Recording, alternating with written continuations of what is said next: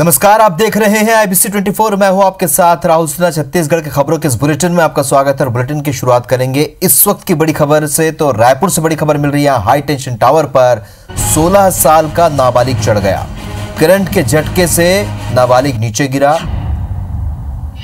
रवि यादव इसका नाम बताया जा रहा है। रायपुर के कोटा इलाके की घटना है। तस्वीरें आप देखिए। गंभीर हालत में इसे अस्पताल में भर्ती कराया गया है।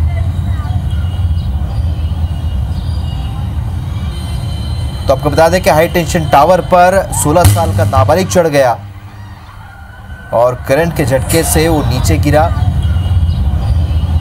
नाबालिग का नाम रवि यादव बताया जा रहा है। रायपुर के कोटा इलाके की घटना है। गंभीर हालत में अस्पताल में भर्ती कराया गया।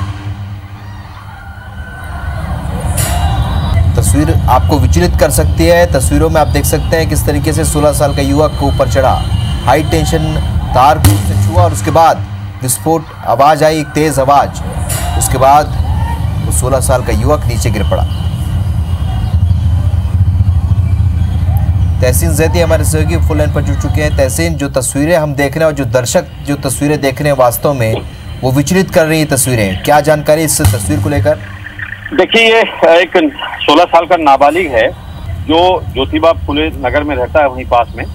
और ये बताया जा रहा है कि अभी उसकी हालत जो काफी चिंताजनक है और उसको अभी अस्पताल में वेंटिलेटर में डॉक्टर प्रयास कर रहे हैं कि किसी तरह वो बच जाए। लेकिन अभी जो डॉक्टरों से हमारी बात हुई, उसकी काफी सीरियस हालत है और अभी डॉक्टर कुछ भी कहने को तैयार नहीं है। उसमें बताया जा रहा है कि ये जो बच्चा है नाबालिग, इसको ये जो है घर में, इसमें 2 भाई हैं और उसके पिता मजदूरी करते हैं और ये मोटरसाइकिल की जिद कर रहा था कि मोटरसाइकिल चाहिए।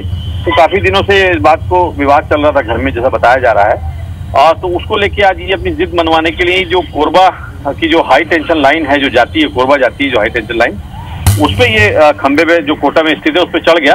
और चढ़ने के बाद इसने वहां से भी इस बात को बोला कि मेरी जो है मांग पूरी करें। तो उस बात को लेके वहां पे जो मौजूद लोग थे, परिजन थे, पुलिस वाले जो मौके पहुंचे थे, उन्होंने भी, और जो स्थानीय लोग थे उन्होंने भी इस बात को भी आश्वस्त किया कि मांग पूरी करेंगे। लेकिन वहां पे क्या हुआ, उसका जो हाथ है वो हाई टेंशन तार से लगा है और उसके बाद जिस तरीके से दर्शक हमारे देख पा रहे हैं वो छिटक के एकदम नीचे गिरा है। और काफी ऊंचाई से गिरने की वजह से काफी उसको इंजरी है, इंटरनल इंजरी काफी, जैसे डॉक्टर बता रहे हैं। तो अभी जो है वो उसकी हालत काफी चिंताजनक है और अभी डॉक्टर प्रयासों में लगे हैं। लेकिन ये एक यहाँ पे सवाल ये खड़ा होता है राहुल कि ये नाबालिग बच्चे जो हैं अपनी जिद को लेके कहाँ तक जा सकते हैं। ये इसका एक उदाहरण यहाँ पे है और ये इस पे रिसर्च की एक बहुत बड़ी आवश्यकता है कि किस तरीके से जो नाबालिग बच्चे हैं वो जिद को लेके कहाँ किस हद तक जाते हैं। इसको सोचने वाली बात है समाज में। बिल्कुल। और ये मनस्थिति कैसी हो सकती है आजकल के युवाओं की साफ तौर पर पता चलता है। तस्वीरों में हमारे दर्शक भी देख रहे हैं। तहसीन, इस जानकारी के लिए आपका बहुत बहुत शुक्रिया। तो हाई टेंशन टावर पर 16 साल का युवक चढ़ा और किस तरीके से उसने हाई टेंशन तार को छुआ, तस्वीरों में आप देख रहे हैं।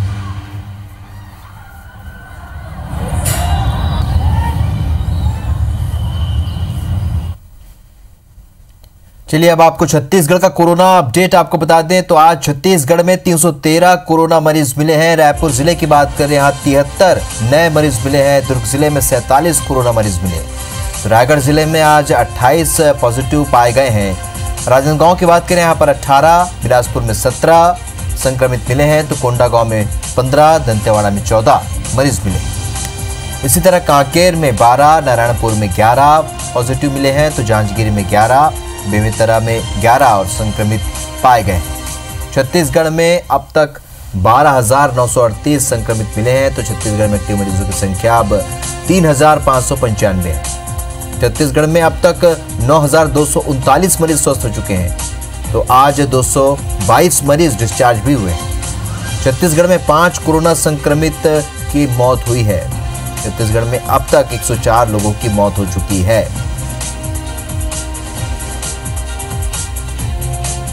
तो कोरोना का अपडेट हम आपको बता रहे हैं। रायपुर में 73 नए पॉजिटिव मिले हैं आज और इस वक्त 222 मरीज भी डिस्चार्ज किए जा चुके हैं। 5 कोरोना संक्रमित की मौत भी हुई है।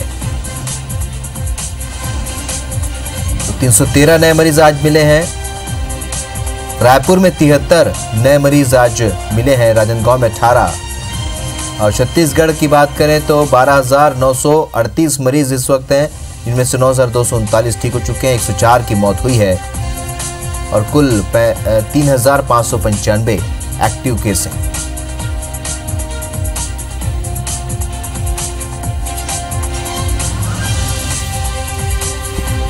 विनय वर्मा हमारे सहयोगी और ज्यादा अपडेट के साथ इस खबर पर हमारे साथ जुड़ रहे हैं। विनय, जिस तरीके से मरीजों की संख्या बढ़ रही है और सबसे बड़ी चिंता का विषय है कि मृतकों की संख्या इस संक्रमण के दौर में संक्रमण से मरने वालों की संख्या भी लगातार बढ़ी है। ऐसे में क्या कुछ आंकड़े और आगे आ सकते हैं? क्या मरने वालों की संख्या और बढ़ सकती है? देखिए, जैसा कि आपने बताया राहुल कि जो आंकड़े बढ़ रहे हैं उसके अलावा जो मौत की संख्या बढ़ रही है, सरकार की ये भी चिंता है। बात बिल्कुल सही है कि जैसा कि हम आप जैसे बता रहे हैं कि चिंता का विषय है, सरकार इस पर लगातार काम कर रही है, लेकिन मौत का आंकड़ा फिलहाल अभी नहीं रुक रहा है, क्योंकि आज भी 5 नए जो मरीज हैं कोरोना जो संक्रमित थे उनकी मौत हुई है। हालांकि जो इनका कारण बताया गया है ये अन्य कारणों से भी पीड़ित थे, जैसे कि किसी को ब्रेन डेड हुआ है, किसी को हार्ट अटैक हुई है। ये सारे कुछ नए नए कारण हैं जिनके कारण से मौत हुई है, जिसमें से 2 राजनांदगांव है, 2 रायपुर हैं और एक अन्य जगह का व्यक्ति है दुर्ग का। तो और अगर एक और बात आप ध्यान देने वाली बात देखेंगे कि अब प्रदेश में लगभग 3600 के पास में आंकड़ा पहुंच जाए एक्टिव मरीजों का। 313 नए मरीज मिले हैं पूरे प्रदेश से। पूरे प्रदेश में एक्टिव मरीजों की बात करें तो 3600 के लगभग पहुंच गया। उसमें से अगर आंकड़े देखेंगे तो 1600 लगभग आधे के पास में जो रायपुर में एक्टिव मरीज हैं, रायपुर में भी आज 1600 एक्टिव मरीजों का आंकड़ा पहुँच गया है। तो ये पूरे प्रदेश के लिए चिंता के जनक का जैसा विषय है। रायपुर के लिए खास मौत के आंकड़े में भी देखेंगे तो वहाँ भी मौत के आंकड़े अधिक हैं। जो एक्टिव मरीजों की संख्या देखेंगे तो वो भी लगभग पूरे प्रदेश के आंकड़े से आधा है। दुर्ग में भी आज बड़ी संख्या में मरीज मिले हैं, जैसे कि हर दिन 14-15 मिले थे, तो आज 28-29 वहाँ पर भी मरीज मिले हैं। आंकड़े और देर में बढ़ सकते हैं। देर रात एक और बुलेटिन आती है जिसमें एक बार और आंकड़े बढ़ सकते हैं। इसमें से राजनीतिक जुड़े से व्यक्ति हैं आज जो मिले हैं, उसमें से अधिकारी हैं, आम आदमी हैं, गृहिणियाँ हैं, पुलिसकर्मी हैं, स्वास्थ्य कर्मी हैं, ये सभी बिजनेसमैन हैं। ये सारे कुछ लोग मिला करके आंकड़े बढ़े हैं। इसका मतलब है कि कोई वर्ग इससे अछूता नहीं है। सारे वर्गों में ये कोरोना का जो संक्रमण है वो फैल रहा है। जाहिर बस एक ही बात है कि सरकार की तरफ से जो गाइडलाइन जारी है हम उसका पालन करें। एक और व्यवस्था दी गई है सरकार की तरफ से कि जो प्रशासनिक अमला है उसके अलावा कोरोना वॉरियर्स की रायपुर में एक नियुक्ति की गई है, जो चौक चौराहों पर जाकर के लोगों को जागरूक कर रहे हैं मास्क के प्रति। चलिए, लोगों को जागरूक तो कर रहे हैं, सरकार भी लगातार प्रयास कर रही है, लेकिन लोग लापरवाही लगातार कर रहे हैं, इसलिए मरीजों की संख्या भी बढ़ रही है और मृतकों की संख्या भी बढ़ रही है। इस जानकारी के लिए आपका बहुत बहुत शुक्रिया विनय। बढ़ते आगे, पूर्व मुख्यमंत्री डॉक्टर रमन सिंह और उनके परिवार की संपत्ति की जांच की मांग कांग्रेस ने की है। प्रदेश कांग्रेस के 4 नेताओं गिरीश देवांगन, राजेंद्र तिवारी, रमेश वर्ल्यानी और शैलेश नितिन त्रिवेदी ने प्रेस कॉन्फ्रेंस लेकर रमन सिंह के पास आय से अधिक संपत्ति होने की बात कही है।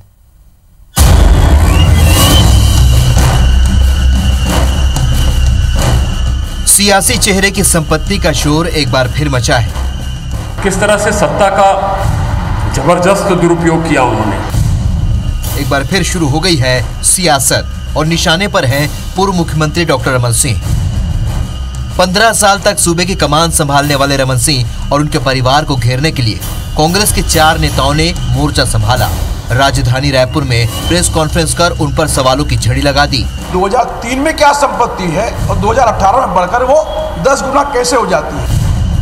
कांग्रेस नेताओं ने भाजपा की पूर्व सरकार पर 15 साल तक भ्रष्टाचार में डूबे रहने का आरोप लगाया।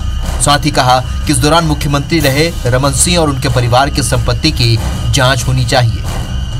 पनामा पेपर लीक का मुद्दा उठाते हुए कांग्रेस ने सवाल किया कि रमन सिंह और उनकी पत्नी वीणा सिंह की आय 10 साल में कैसे दोगुनी हो गई। रमन सिंह और उनके परिवार के पास कहां से इतना पैसा आया। डॉक्टर रमन सिंह के और उसके बेटे अभिषेक सिंह के और उनकी पत्नी वीणा सिंह के तीनों के आय के साधन, आय के स्रोत और उनकी संपत्ति की कड़ी से कड़ी जांच हो। पहले वो क्या थे और जब मुख्यमंत्री पद से हटे हैं तो उनकी हैसियत क्या थी।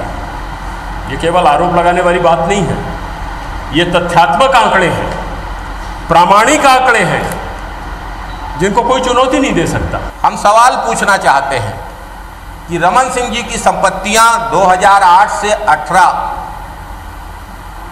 2003 से 18 के बीच में 3 चुनाव में 10 गुना कैसे बढ़ गई। इस मामले में 2003 से लेकर 2018 तक 3 चुनाव में जो शपथ पत्र डॉक्टर रमन सिंह जी ने प्रस्तुत किए हैं वो अपने आप में स्वयं उजागर करते हैं कि उनकी 2003 में क्या संपत्ति है और 2018 में बढ़कर वो 10 गुना कैसे हो जाती है।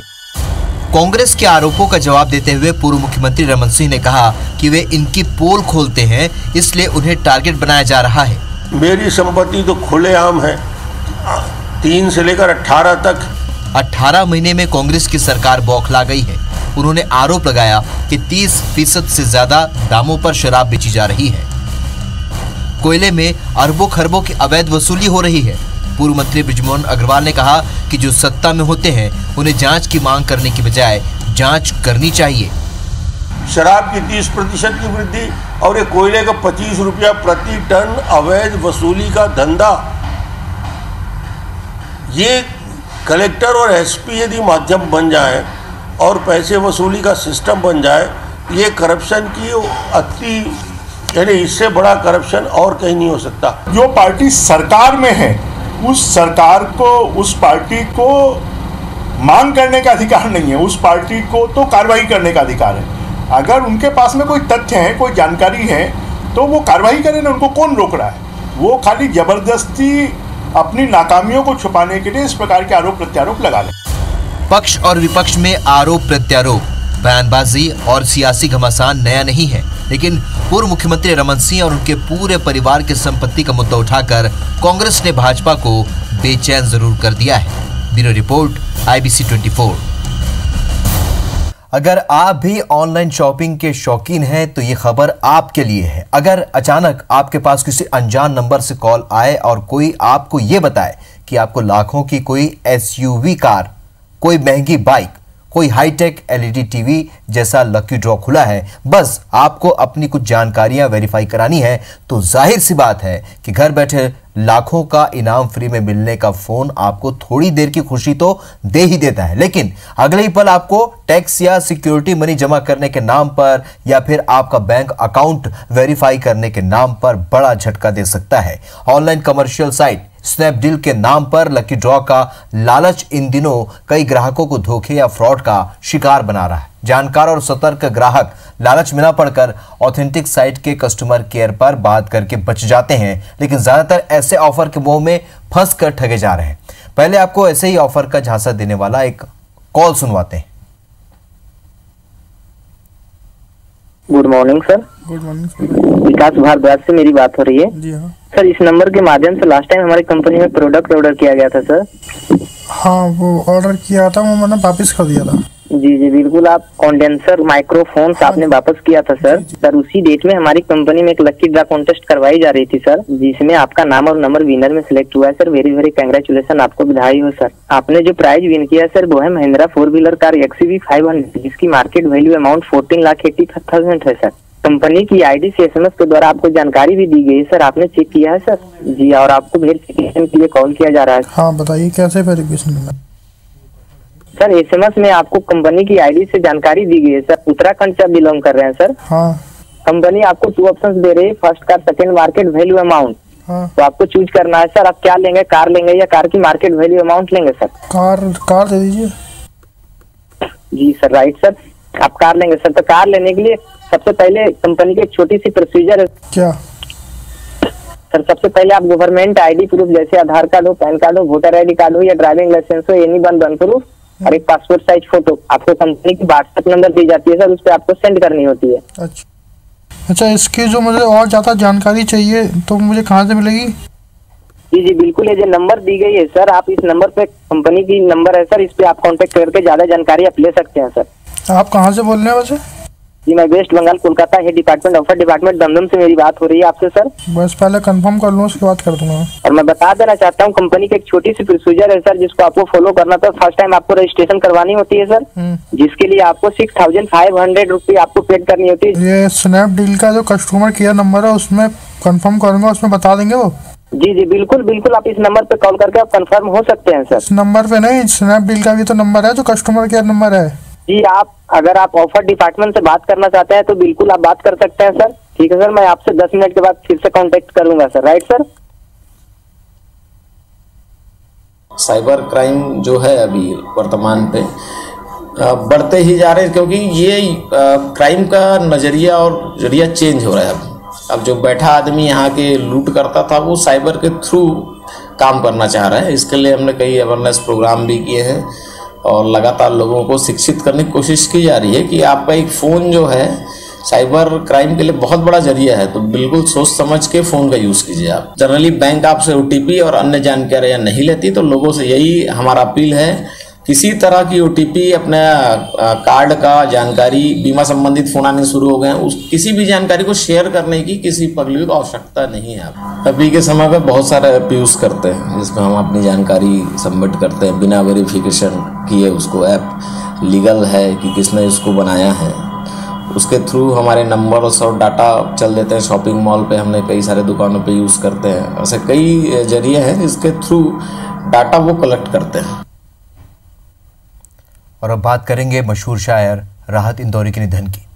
मुझे वो छोड़ गया, ये कमाल है उसका। इरादा मैंने किया था कि छोड़ दूंगा उसे।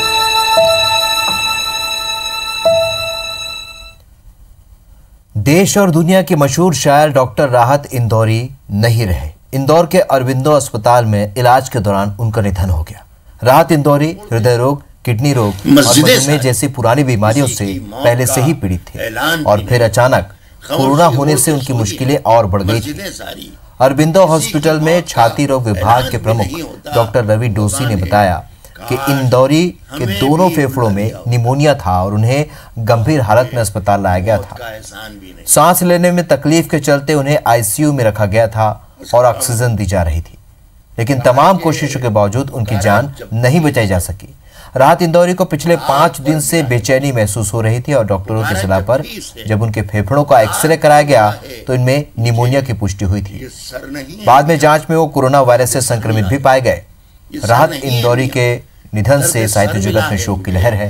राहत इंदौरी के साथ ही शायरों और कवियों ने उनके निधन पर गहरा दुख जताया है। मैं थकने लगता हूं। साथ ही मध्य प्रदेश के CM शिवराज सिंह चौहान, पूर्व CM कमलनाथ, छत्तीसगढ़ के CM भूपेश बघेल और कई राजनीतिक दल के नेताओं ने राहत इंदौरी के निधन पर गहरा दुख जताया है। हम सफर मिला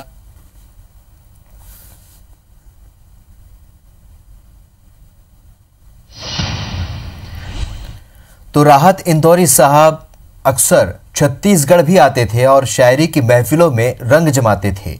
वे आखिरी बार इसी साल 24 फरवरी को मुंगेली के आगर खेल परिसर में आयोजित अखिल भारतीय कवि सम्मेलन में शरीक हुए थे। इस कवि सम्मेलन में पद्मश्री राहत इंदौरी के अलावा पद्मश्री डॉक्टर सुरेंद्र दुबे, डॉक्टर सुरेश अवस्थी, विख्यात मिश्रा और राधिका मित्तल भी शामिल हुए। राहत इंदौरी ने मुंगेली में सुनाया था कि ऐसी सदी है कि सूरज भी दुहाई मांगे, जो हो परदेश में वो किससे रजाई मांगे। राहत इंदौरी की शायरी को लोगों की खूब दाद मिली। सुबह तक सजी इस महफिल में राहत साहब ने अपने कई मशहूर शेर और गजल सुनाकर लोगों को अपना मुरीद बना दिया। और अब आइए आपको सुनाते हैं उनकी कुछ प्रस्तुति। खुद आपके हवा के खिलाफ है जानी, दिए जलाओ के मैदान साफ। हवा खुद आपके हवा के खिलाफ है जानी, दिए जलाओ के मैदान साफ है जानी। हमें सुरेश भाई, हमें चमकती हुई सर्दियों का खौफ नहीं, हमारे पास